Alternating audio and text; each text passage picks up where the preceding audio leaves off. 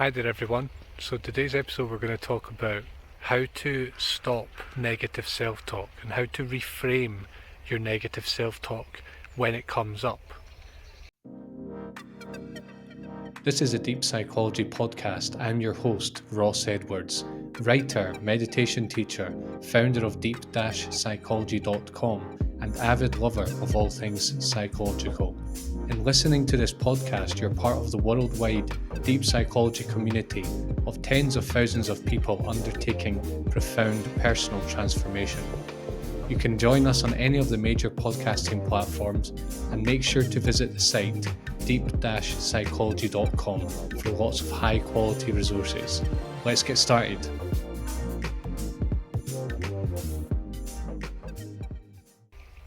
So last episode we talked in depth about what negative self-talk actually is.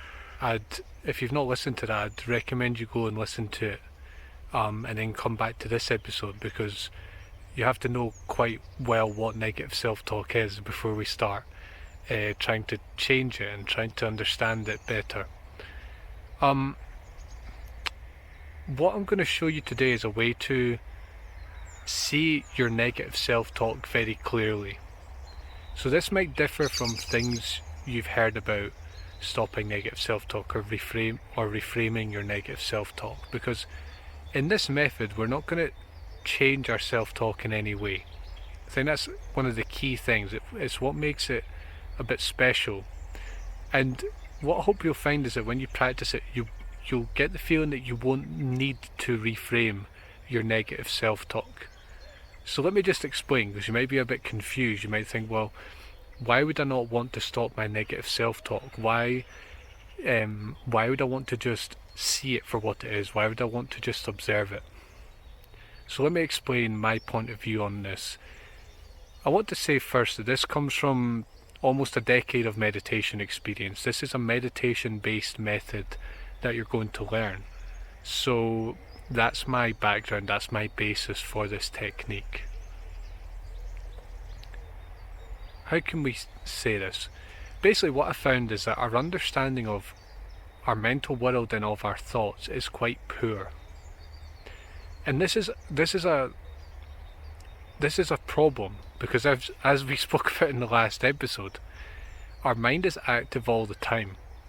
People often come to me when they want to learn meditation. They say, I want to learn to meditate, but I've never been able to because my mind is so overactive. Well, listen, it's not just you, it's really just the human mind is overactive. All of us have an overactive mind. And so that's one thing. That's one reason that we need to have why our lack of understanding of it is a problem. And the other reason is because, as we said last time, a lot of it's negative, and a lot of it's not just negative about random things. It's not just like we're internally judging, the latest music or the latest trends or whatever, or it's not that it's necessarily just a pessimistic outlook on the world or on other people. It's actually that a lot of our thoughts are self-directed. They're about us, directly about us, and they're negative. So a lot of it is negative self-talk. So if we have a poor understanding of that,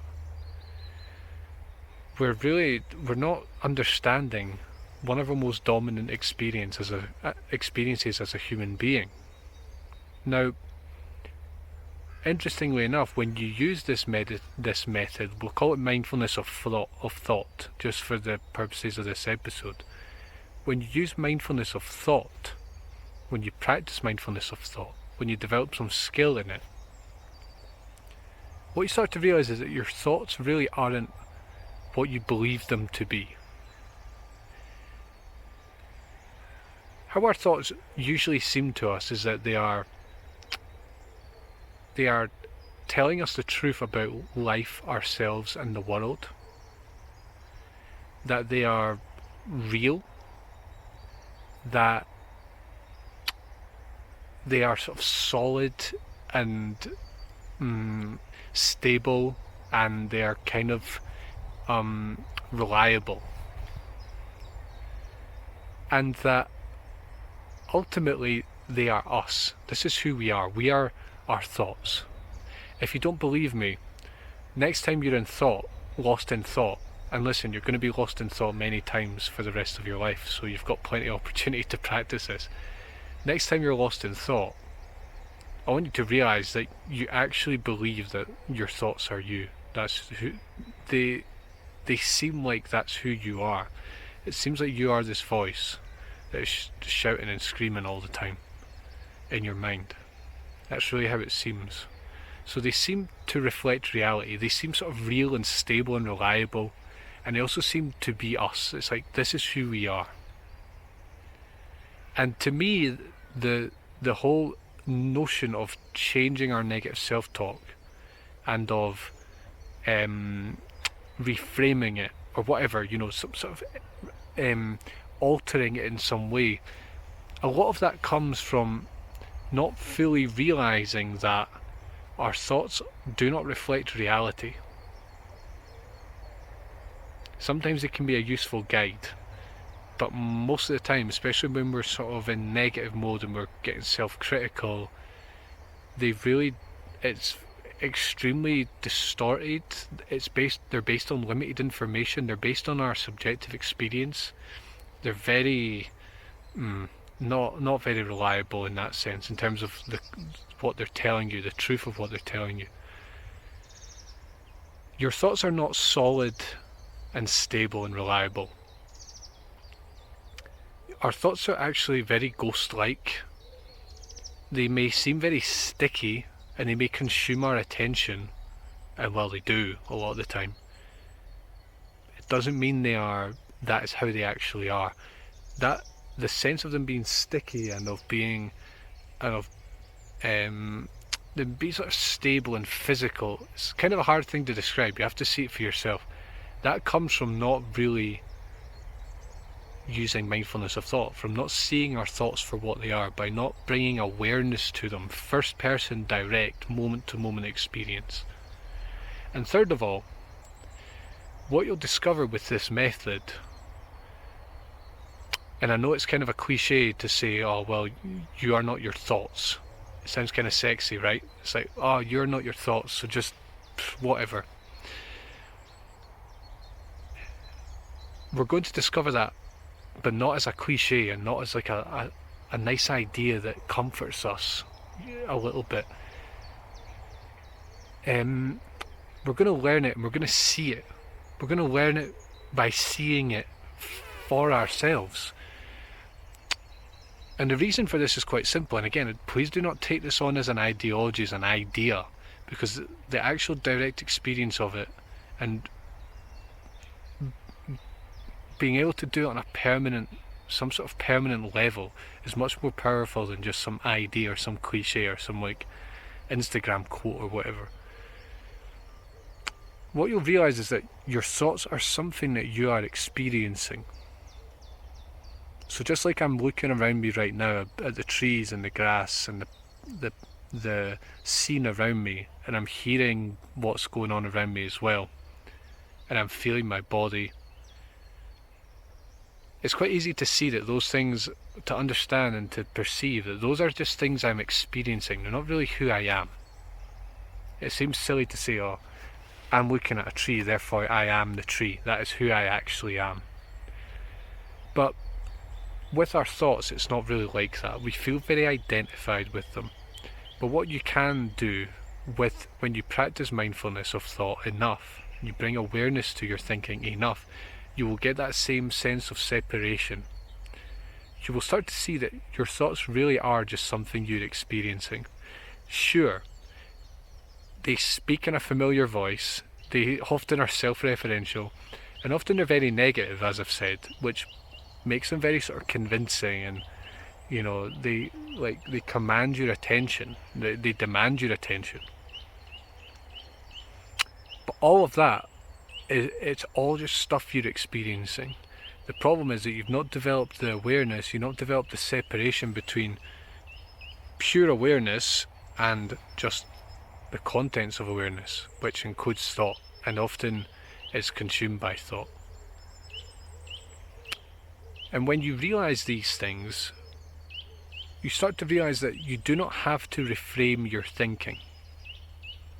Now listen, I'm not saying that the methods for reframing negative thinking aren't useful, or negative self-talk.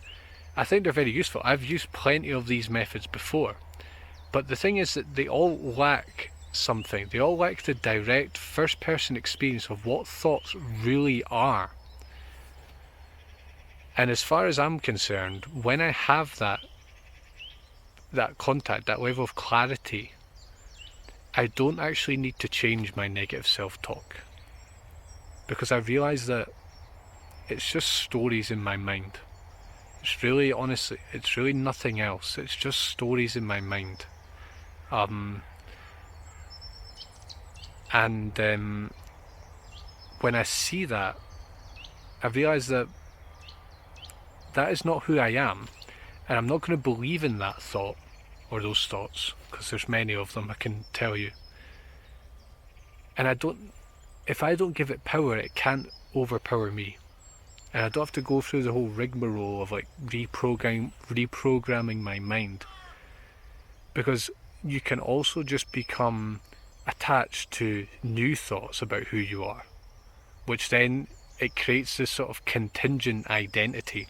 Instead of taking up the identity as just pure awareness, pure, without sounding too crazy, pure beingness, pure being.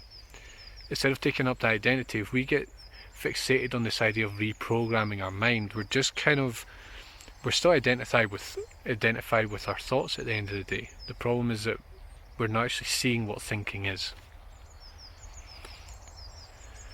So how do you practice this method? Listen, I've got on the site, I've got a full description of this. In fact, I've got 2 articles for you on the site that go into detail into this method, and there's actually a 25-minute guided audio on there. I just want to sort of set it up for you. I really want you to treat this as a formal meditation, because to get a high level of clarity into your thoughts, the type of clarity that we're looking for here, yes, you can do it throughout the day, and I would really recommend you do. But the thing is, if you've never meditated before, if you've never done awareness practices before, it's going to be tricky to have that level of clarity and awareness when you're going about your day, and when you're lost in negative self-talk throughout your day. It's going to be difficult for you. I would recommend committing to doing this exercise, just 20-25 minutes. It's really not very long.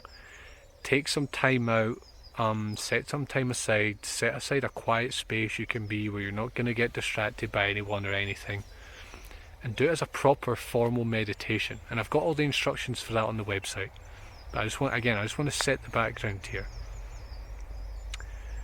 And if you do this, what you're going to notice, especially if you practice this specific technique every single day, you're going to notice that over time your attachment to your thoughts goes down. It goes down not only when you're practicing this technique, but as a more general theme in your life. Your attachment to your thoughts goes down, and your level of awareness of your thinking goes up. Those two things go hand in hand. And fundamentally, and this is the topic of this video, your awareness of your negative self-talk will go way up. And you will stop feeding these stories that our mind tells us about ourselves. You will be able to see them for what they are. And even when you do get caught up, because listen, I get caught up. This is a never-ending project. I get caught up, but also, because I've trained my awareness enough, it seems like there's enough in reserve that it's like, okay, I can feel that part of me is sort of buying into this story, this negative, dramatic story I'm telling myself about my life. But I've got enough sort of awareness in reserve that even if, I'm really bought into the movie, as it were, there's something there that is free, and I can feel that freedom all the time. So that's reframing negative self-talk. We're stopping negative self-talk. The funny is, we're not actually trying to stop anything. That's the thing about this method. We're not trying to stop anything. I say that in the meditation several times. You don't have to, and that is the beauty. It's very liberating to know you do not have to make changes, because if you did, you'd be trying your entire life to, keep your thoughts in check, like a shepherd dog, like hounding up sheep all the time. You don't have to do that. And that's where I think this method, mindfulness of thought, that's where it really shines. And again, listen, even on my website, I link on the articles that I'm going to tell you about, I link to several articles that do sort of the more traditional reprogramming the mind and mental, healthy mental habits and all this. But without this fundamental awareness component, I really think all of that isn't going to help you very much. So, I think that's all I wanted to say. To follow up with this, search on the website negative self-talk. You can also try on the homepage, depends when you're watching this video or episode. You might scroll down the homepage, deep-psychology.com, and you might find the article down below. If you're watching a few weeks or a few months or a few years into the future, probably won't find it there. Search negative self-talk. You're going to find several articles. You're going to find one called Reframing Negative Self-Talk, and there you're going to have a guided audio. You're going to have the full explanation for this technique. You're going to have links to other resources and so on. And that's the next thing to do after listening to this episode. Unless you're on a binge on Deep Psychology podcast, feel free to continue. But in terms of actionable steps, that's what you want to do. Head to deep-psychology.com, go to the search bar, search negative self-talk, and away you go. Alright, thanks a lot everyone, and I hope this has really helped, and I really do encourage you to make this a habit. 30 days, start with that, see how it goes, and feel free to reach out if you have any questions. Thank you, take care, see you soon. Thanks for listening. If you liked this episode, please leave a review. And if you'd like to get in touch, you can email me at ross@deep-psychology.com. If you'd like to go deeper, head to deep-psychology.com for articles, courses, ebooks, and one-to-one coaching. Thanks for joining me, and I'll see you soon.